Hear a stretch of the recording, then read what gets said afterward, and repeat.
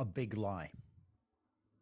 In late December 2019, Dr. Li Wenliang was a medical professional pressed into service against a mysterious new malady in Wuhan, China. There was a virus spreading across the city, and the hospital emergency rooms were packed with sick and dying patients.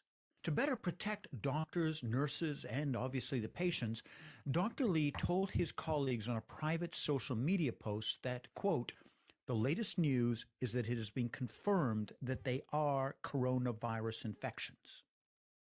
Within 3 days, Communist Chinese Party officials had him detained and forced to sign an apology for, quote, "publishing untrue statements." Within 1 month, Li Wenliang was dead. He was one of the first waves of tens of millions of people killed either by the COVID virus directly or indirectly from delayed hospital operations, social conditions, or suicide. The cause of this epidemic was, in all probability, an industrial accident from a nearby research laboratory. But to make sure that the world did not know that, the communist Chinese officials heightened this campaign of disinformation that had targeted Dr. Li.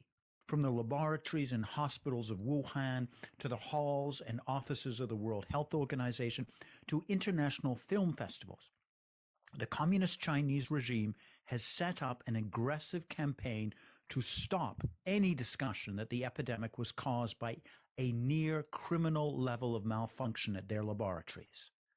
Welcome to Crime Waves and our special series, The Slow Motion Chernobyl.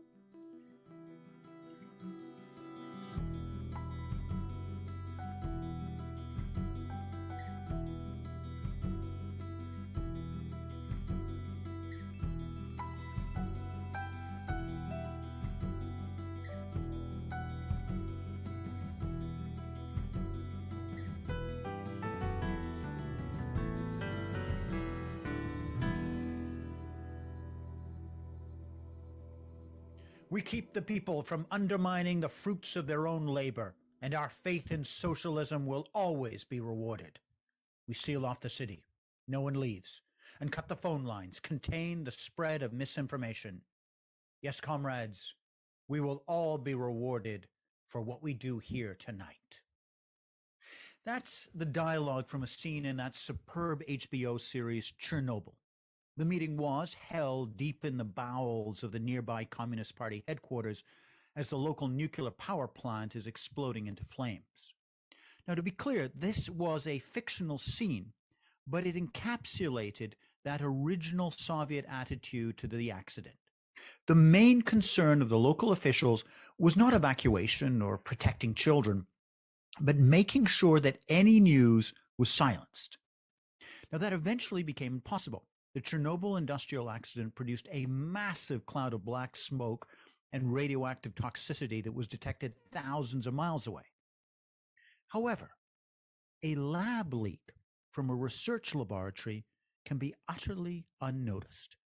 A cleaner does not wash their hands quite as thoroughly as they're supposed to, and you have a worldwide epidemic that kills millions of people. Good morning, good afternoon, and good evening, wherever you are in the world. Welcome to Crime Waves. I'm Declan Hill, an Associate Professor of Investigations at the University of New Haven. And each episode, myself and my students, and today it's the brilliant Alexia Miller, we bring you some of the world's best investigators. And today we're bringing you the story of our time. It's a possible contender for the true crime of the century. In February 2022, when we're doing this broadcast, the balance of probabilities is very clear. The COVID epidemic, responsible, according to the Economist Intelligence Unit in London, for tens of millions of deaths, is the result of the largest industrial accident in the history of humanity. Now, two quick notes before we get started. You'll notice that throughout the series, we're speaking of the communist Chinese, and we do this for accuracy. We're not having a dig at Chinese culture or history. The government and officials of current China are all part of a system of Marxist-Leninism. You'll also hear in the series about the Taiwanese. They're the democratic opponents to the communist system.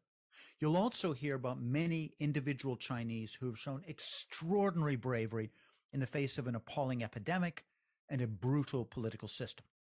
2, this is obviously a massive political story here in the United States. Almost any discussion of COVID instantly falls into an argument about the merits of the former president or his public health aid, or whether the current president is doing a good job or not. So if you're listening to this podcast outside America, there are probably similar acrimonious debates about your politicians. We want to avoid all those questions. In this episode, you're not going to hear any discussion about Donald Trump, Joe Biden, Fauci, Pelosi, Boris Johnson, Justin Trudeau. And we're not saying that those debates don't have merit. It's just the story that we are examining, this probable greatest industrial accident in the history of humanity, is just too big to be sidetracked by partisan discussion. So what we at Crime Waves are presenting are just facts, controversial though they may be, just an investigation into what the balance of probabilities indicates occurred.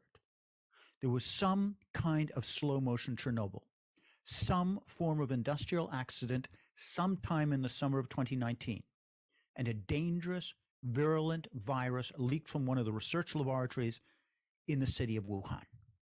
As we saw in the first episode in the series, there have always been research mishaps and accidents in laboratories around the world. In 2014, someone forgot vials of smallpox in a research center near Washington.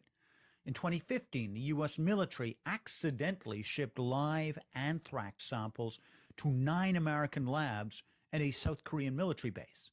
In 2004, in Beijing, there was an accidental leak of a virus like COVID that infected dozens of people and killed one researcher. The leak came about because the lab was so overcrowded and so badly run that they kept a vial of the deadly virus in an unsecured fridge in the hallway. Now, those shoddy conditions are typical in some Chinese medical laboratories. In other labs, the technicians have been known to sell the infected animals, the ones that they dosed with pathogens and viruses, to local butchers. In one case, they made almost $1 million from doing this.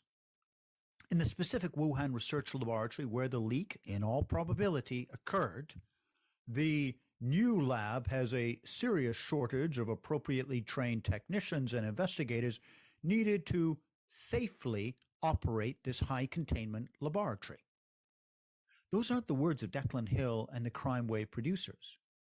Those are the words of U.S. diplomats in January 2018 talking about the need to safely operate this high containment laboratory 2 years before the epidemic outbreak, when they visited the Wuhan labs and spoke to senior scientists who appealed for their help in training their own staff. And that's the same laboratory that was not certified by an international company for insurance upon its completion.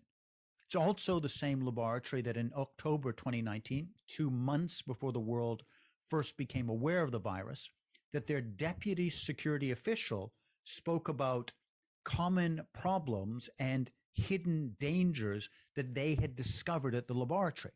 And those may have been why there was a series of expensive contracts to renovate the cleaning, security, and ventilation systems of the laboratory in the months leading up to the discovery of the epidemic. Some of the viruses at the laboratory were brought from bat caves hundreds of miles away in the mountains of the Yunnan province of southern China. 3 miners had died in these caves from disease linked to bats. And the Wuhan researchers went to those caves and collected the bats, their feces, and saliva. However, even in the collection of those potentially dangerous specimens, the Wuhan team showed extraordinarily lax standards, collecting and dealing with potential death-bringing samples in animals, sometimes without masks or gloves. And the database of viruses that they compiled in their work at the laboratory was strangely removed from their website on September 2019. So that's a month after the contract for a brand new ventilation system was announced, and 1 month before the security official announced that there were common problems and hidden dangers at the lab. Now, to be fair, for balance, the believers of the theory that COVID occurred naturally in the wild say that all those incidents and others that we covered in the first episode are just an enormous chain of circumstantial events. They say that because diseases like Ebola, MERS, and SARS came from nature, thus, so too must COVID. The problem for them is that while those other epidemics did come from the intersection between nature and humanity, be it in the jungles of Liberia or the mountains of Yunnan, the first finding of COVID was on the city streets of Wuhan, hundreds of miles from nature, but only hundreds of yards from research laboratories where the scientists were researching COVID viruses. Now, the second claim of the defenders of a natural origin is that if such a discrete accident occurred at a laboratory, it must have been later covered up by a vast conspiracy that would necessarily involve tens of thousands of Communist Party officials and their supporters around the world. And such an enormous campaign is simply not possible. Well, actually it is. There has been a massive PR campaign of disinformation, the big lie. And it stretched from the streets of Wuhan to Chinese prison camp gulags to glamorous international film festivals to the meeting rooms of the World Health Organization itself. Now, before we examine this campaign of disinformation, we need a quick review to gain perspective as to who are the Communist Chinese. In the annals of humanity, there have been a series of great killers. The Black Death, the bubonic plague in the 1340s, that killed an estimated 1/3 of all people living on the world at that time. For example, there are maps of just one county in England, Dorset, where the archaeologists estimate that over 60 so-called plague villages where they just ceased. They were either abandoned or everyone died in them. There's also the Mughals, the kind of Dothraki people, the empire of Kublai and Genghis Khan, who mutilated and killed tens of millions of people to build an empire from basically Eastern Europe to southern China on the ruins and bones of far more civilized people. And then there are the Communist Chinese. And it's genuinely difficult to overstate what a bloodthirsty, deranged force they have been. Mao Zedong, their first great leader, was a true abomination of a man. He led the killing of at least 30 million of his people. This was partly good old-fashioned massacring of his political opponents, intellectuals, union leaders, priests, journalists, professors, academics, artists. Yet it didn't stop there.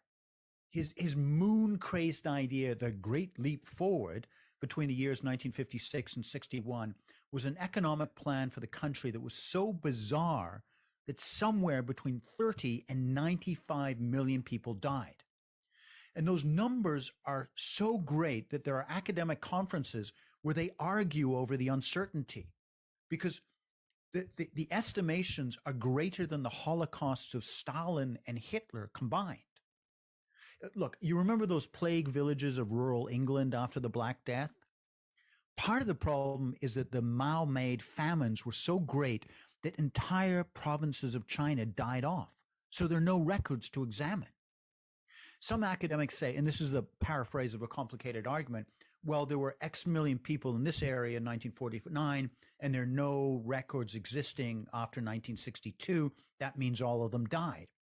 And others are saying, yeah, a whole bunch of them died, but maybe a bunch of them ran away. That's how bad the Great Leap Forward was. But Mao wasn't finished with that catastrophe. He next launched the Cultural Revolution, where he lives in a luxurious palace protected by units of the People's Liberation Army, the PLA. And his personal doctor would later write that he had syphilis so badly that pus ran out of his penis. But it didn't stop him from having a harem of 15-year-old girls. Meanwhile, China was out of control, and somewhere between 1 and 5 million people were killed in that Cultural Revolution for not showing sufficient loyalty to their great leader. There are two essential points about the historical situation which reflect on what we're seeing now. One, around Mao was a whole series of craven enablers, PLA generals, high Communist Party officials, who all connived and aided the brutality against their own people. It's their sons and daughters who now control the government of China, and they've not changed. Two, the people most often targeted by the Communist Chinese for deliberate killing was anyone capable of independent critical thinking. Intellectuals, artists, academics, and most importantly in this context, scientists were taught very forcibly that there's only one correct way of thinking, and that was the Communist Party's way. Now, given this horrific system of terror, it's extraordinary that anyone would dare speak out about anything that the Communist Chinese forbade them to do. But there's an archipelago of prison camps across modern-day China, and in them are millions of people, intellectuals, journalists, Falun Gong practitioners, peoples whose races are deemed inconvenient or not fully equal with Han Chinese. That's the Tibetans, the Uyghurs, and other ethnic groups. And there's a small group of whistleblowers who revealed what was actually going on in Wuhan. And this is their story.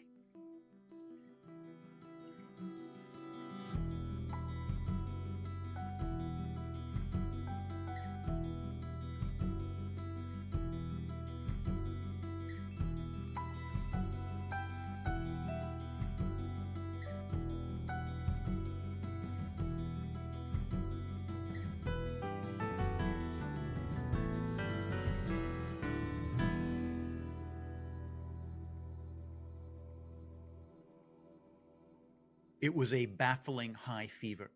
The medicines used throughout didn't work, and his temperature didn't move. We watched more and more patients come in as the radius of the spread of the infection became larger. I knew there must be human-to-human transmission. Those are the words of Dr. Fang, head of emergency at the Wuhan Central Hospital. It was late December 2019. The COVID epidemic in Wuhan was beginning to overwhelm the medical system, but it was still going to be another 6 weeks before the World Health Organization would announce that there was a problem, and 12 weeks before they would declare it a pandemic. As Dr. Ai and her team desperately fought against this mysterious disease, her medical tests of her patients were actually being censored. She revealed this in an extraordinarily open interview a few months later to a Chinese media outlet, that the positive test results were sent to high party officials, but not to her or other frontline doctors. Then on January 1st, 2020, she was expressly censored because she had warned her colleagues that they were dealing with a SARS-like virus, not common pneumonia.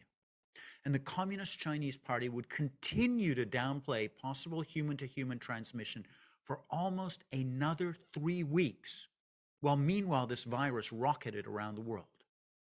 And so begins an extraordinary tale of courage, as doctors and citizen journalists sprang into action and began to report on the story in Wuhan that the official Communist Party media would not tell. In this next section, I'm going to read their words directly. I'm going to do that because I want to honor their courage. I take these translations from the excellent book by the Australian journalist Shari Markson, What Really Happened in Wuhan. I can't recommend the book highly enough. Shari Markson, What Really Happened in Wuhan.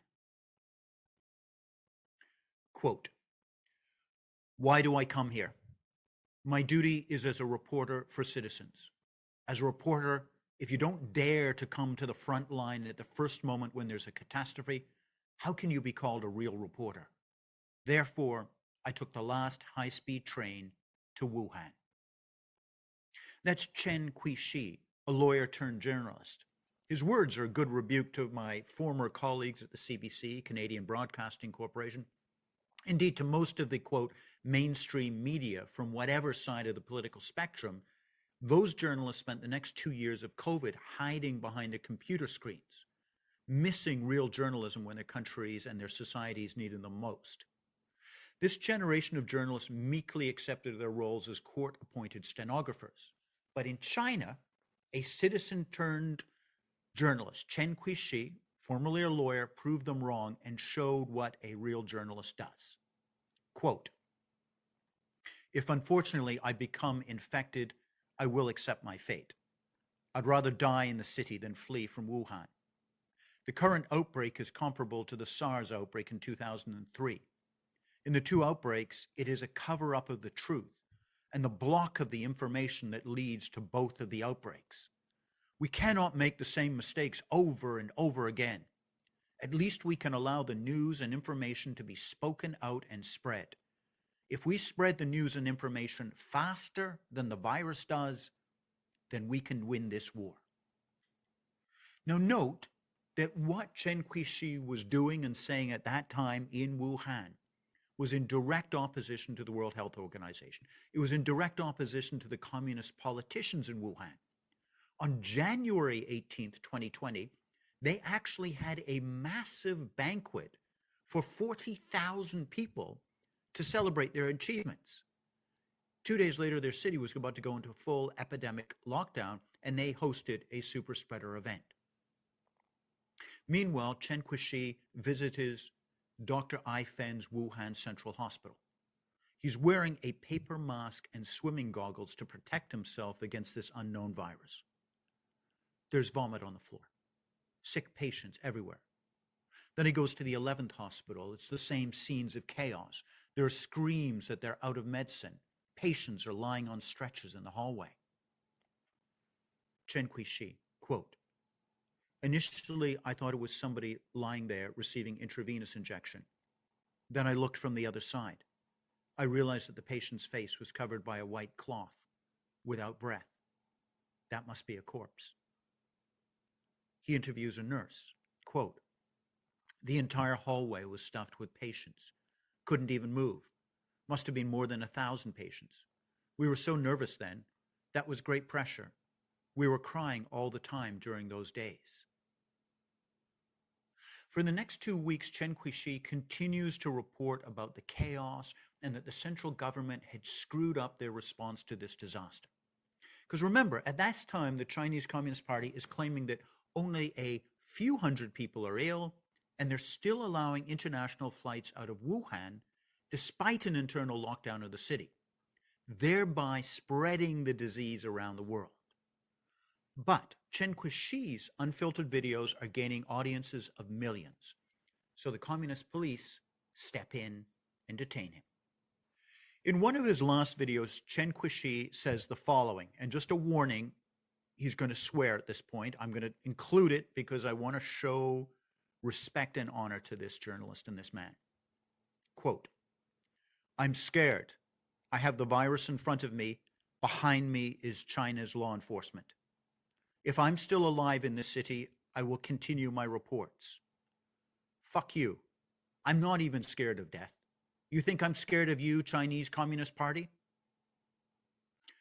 A few days later, Chen Qiushi is disappeared by Chinese officials. In our next episode in the series, we're going to explore how many Western social media companies like LinkedIn and Facebook have joined the CCP in restricting debate about this issue of where COVID comes from. But if you want to follow Chen Qiushi or subscribe to those videos that he was doing in Wuhan on the ostensibly free speech bastion of YouTube, you're going to find difficulties because they've actually put up a wall that you have to log into to see his work. This from a man who's dragged off to a communist prison camp for revealing the true conditions of the Wuhan epidemic. Here's where it's getting even more extraordinary. Because unbelievably, someone comes to Wuhan to replace him. Not, sadly, a Western journalist. No. They're too busy looking at their computer screens. But a Chinese journalist, a 25-year-old, Li Zhua, resigns his on-air position on Beijing television, and he smuggles himself into Wuhan explicitly to take up where Chen Qiushi left off. And remember, he knows what's happened to Chen Qiushi at this point.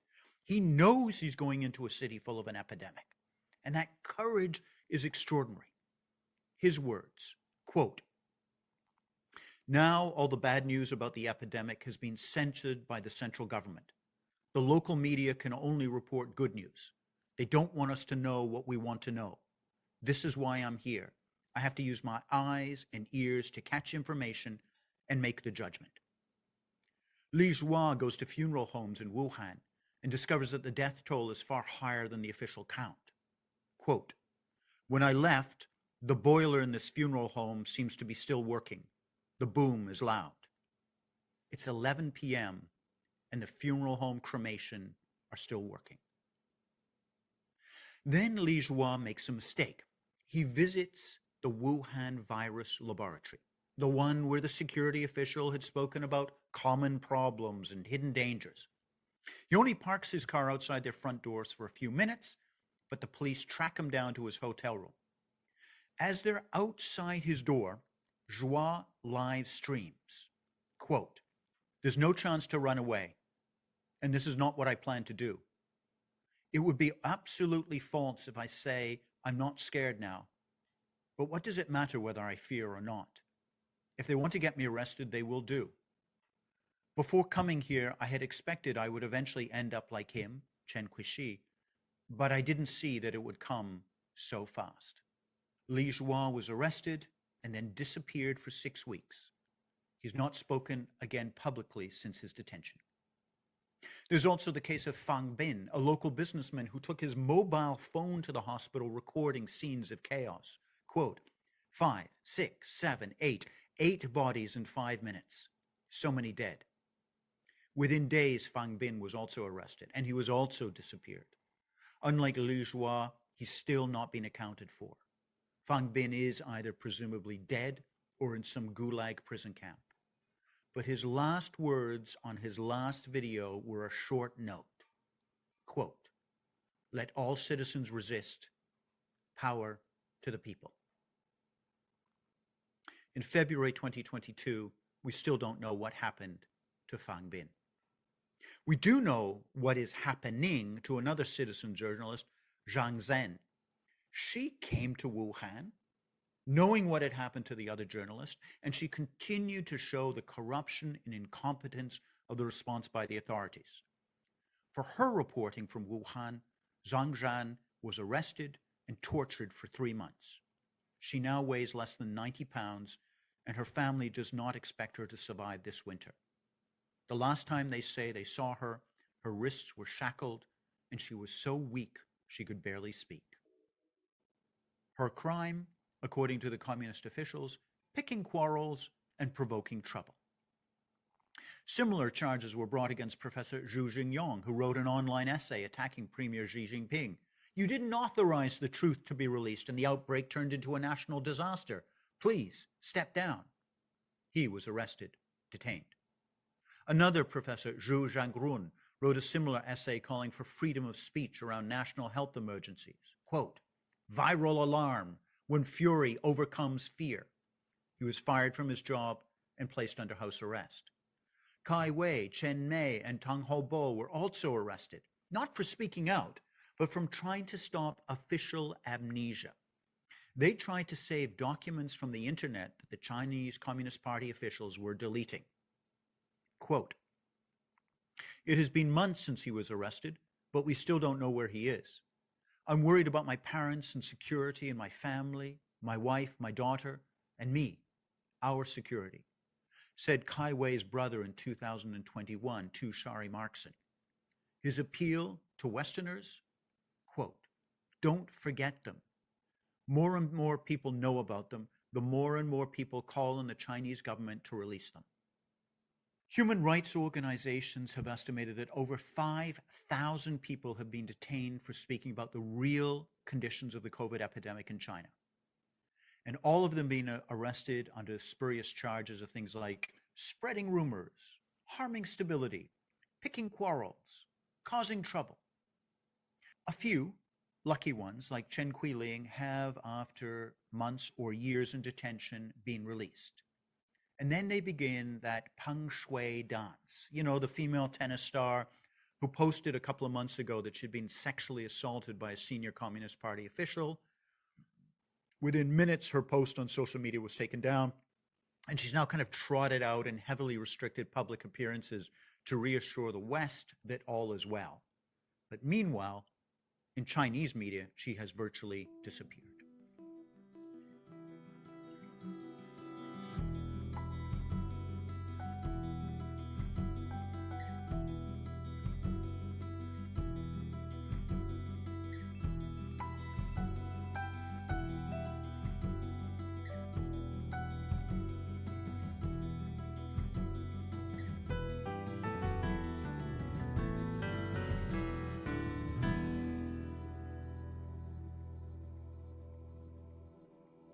Some of the footage that these citizen journalists and others filmed went into a brilliant documentary called Coronation, Wuhan.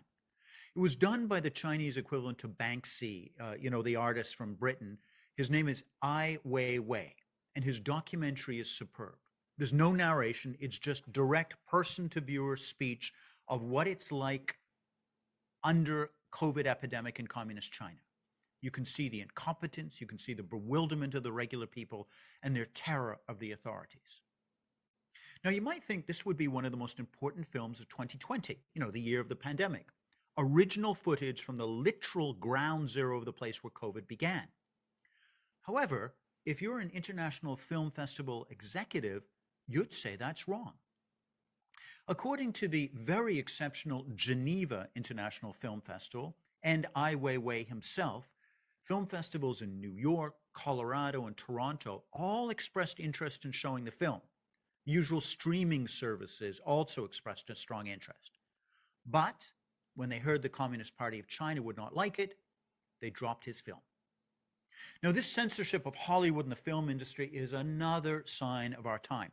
Even the hugely popular Marvel comic universe by Disney has changed characters and scripts. They've removed any mention of Tibet in their films, like Doctor Strange, so as not to upset the Chinese communists. In August 2020, the writers group Pen published a 70-page report, Made in Hollywood, Censored by Beijing, the U.S. film industry and Chinese government influence. They write, quote, "This type of influence has become increasingly normalized in Hollywood. Hollywood is one of the world's most significant storytelling centers, a cinematic powerhouse whose movies are watched by millions across the globe. And yet the choices it makes about which stories to tell and how to tell them are increasingly influenced by an autocratic government with the world's most comprehensive system of state-imposed censorship. The free expression and the implications of this fact are significant and far-reaching. By influencing which stories Hollywood tells, the Chinese government can so influence and erase depictions of its human rights abuses. It can dampen movies' call for change or encouragement of resistance in the face of oppression. And it can discourage or silence filmmakers interested in making movies that question or critique the Chinese government. Today, Hollywood enjoys a reputation as a place uncowed by Washington and one that's often willing to speak truth to American political power. This reputation contrasts strangely but silently with Hollywood's increased acceptance of the need to conform to Beijing film's dictates. Goes on for another 69 pages with examples, with interviews of how the communist Chinese are getting into Hollywood. For a, quote, report, it is absolutely page-turning. At this point, a fair-minded listener, like yourself, can say, well, just a second, hang on. That's Hollywood, and everyone knows how corrupt the movie-making industry is. And those awful cases of people being detained for reporting of the disaster, that was the Communist Party response to the epidemic, but it doesn't actually speak to the cause of the epidemic. Li Zhua parked in front of the Wuhan lab and was arrested a few hours later, but that's not actually an insight into the laboratory or its conditions. Well, actually, there were a number of people in communist China who did speak out about the conditions inside the Wuhan virus research community. Here's one that appeared on Weibo, that's Chinese social media, at 11:51 a.m. on February 17th, 2020. Quote, "Hello, everyone. My name is Chen a researcher at the Wuhan Institute of Virology.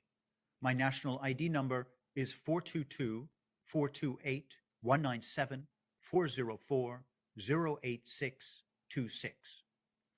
I hereby report that the virus was leaked by Wang Yanyi, director of the P4 Wuhan Institute of Virology. She has little knowledge of medicine. While at Beta University, which enrolls students only of high quality, other researchers did her research for her. She often sells animals used on experiments in the lab to game meat vendors in the South China seafood markets. She is the culprit of the epidemic, and her husband has brothers, friends who have grown up playing with a certain deputy state level official. We must not forget Wang Guanyi, how many innocent people she has killed and the lives lost.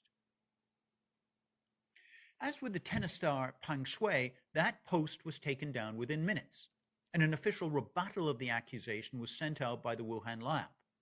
But up to now, there's never been a television interview or any official independent interview or investigation by an outside researcher of Quen Guangzhou to get her side of the story. Now, that's interesting because that post had followed a series of other posts from a purported biologist called Dr. Wu Zhihao, who posted this on February 7th.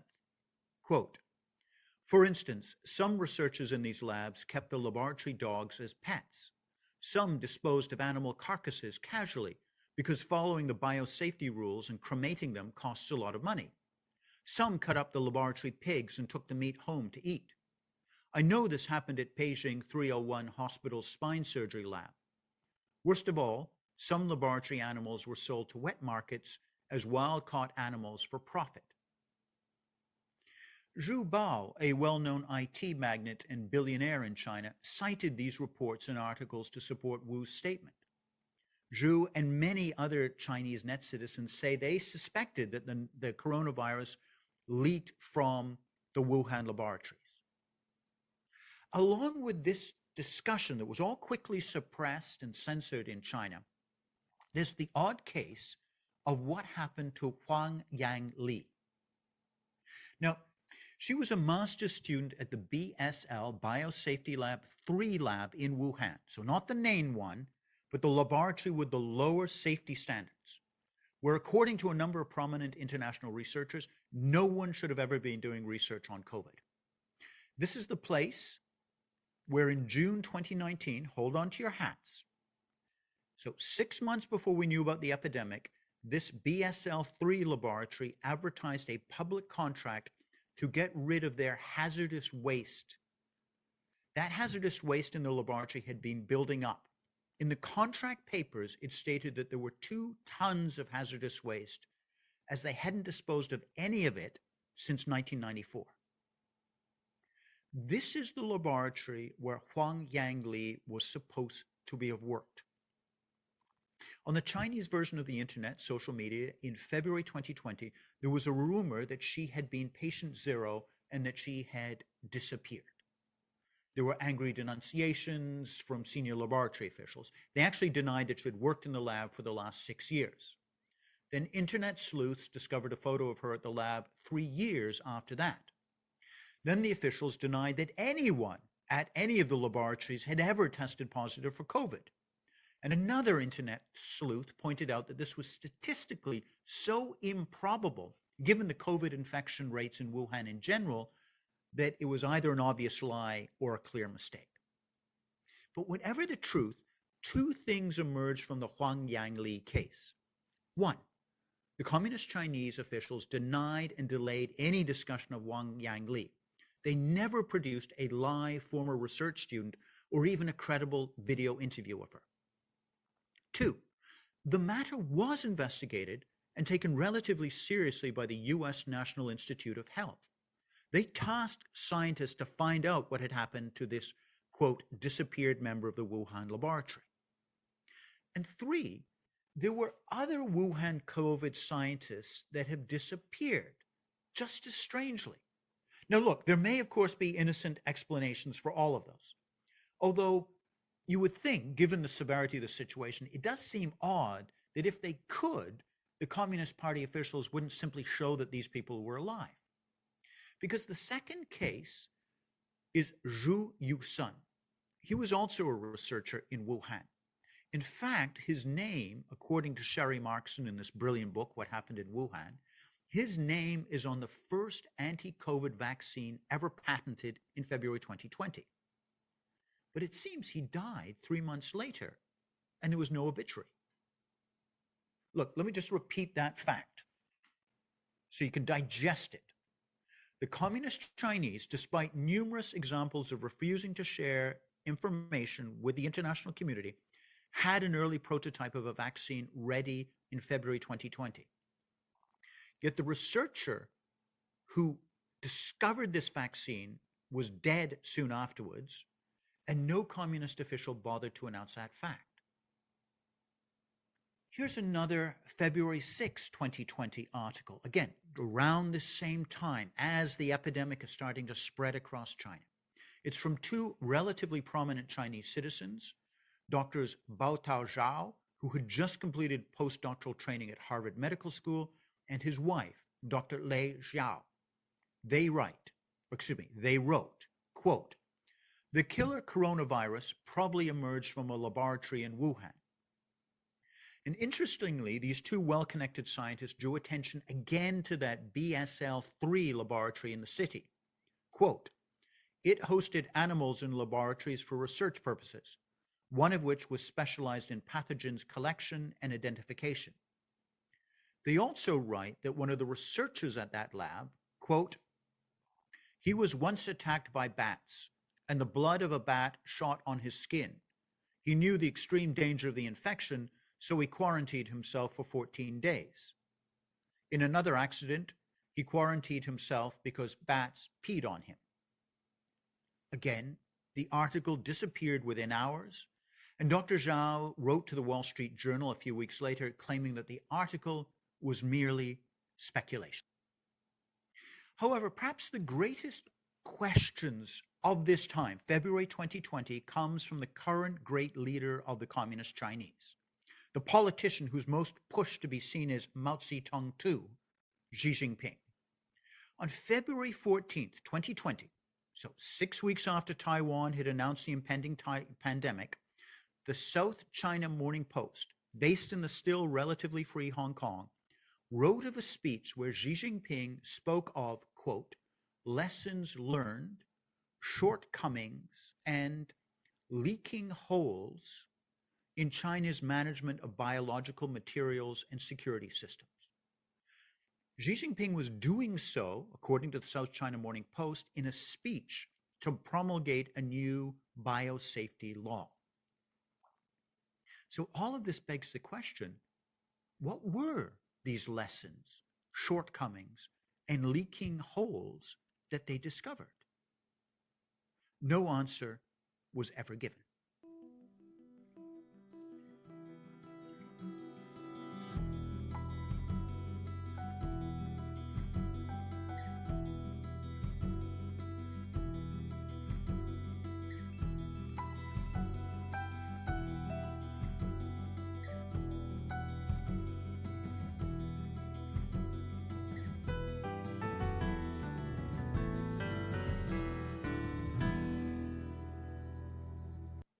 Now, much of the above work is written about in two books. We had many, many sources, but I really want to reach out and recommend these two particular books. The first one is Shari Markson's superb What Happened in Wuhan, and the equally interesting Viral, The Search for the Origin of COVID-19 by Alina Chan and Matt Ridley.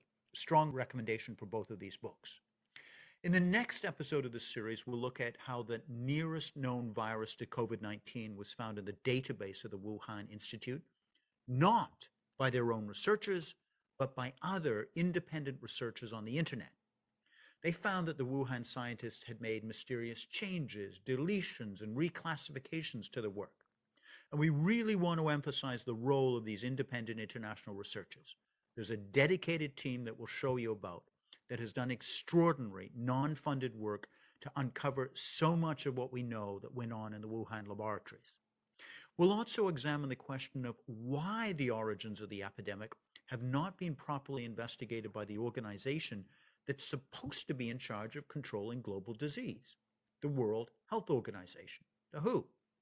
And that's where it's going to get really shocking for anyone who, like myself, believed in the sanctity of international organizations. So please come back, listen. And in the meantime, if you've found this podcast and this series useful, please do recommend it to your friends, pass it around, write comments, subscribe, take action, because this is most probably the largest criminal cover-up of our times. And we need to be speaking, discussing, and debating it to make sure that it never happens again, or if it isn't a criminal cover-up, what exactly happened in Wuhan. Thank you for listening. We'll see you on the next episode.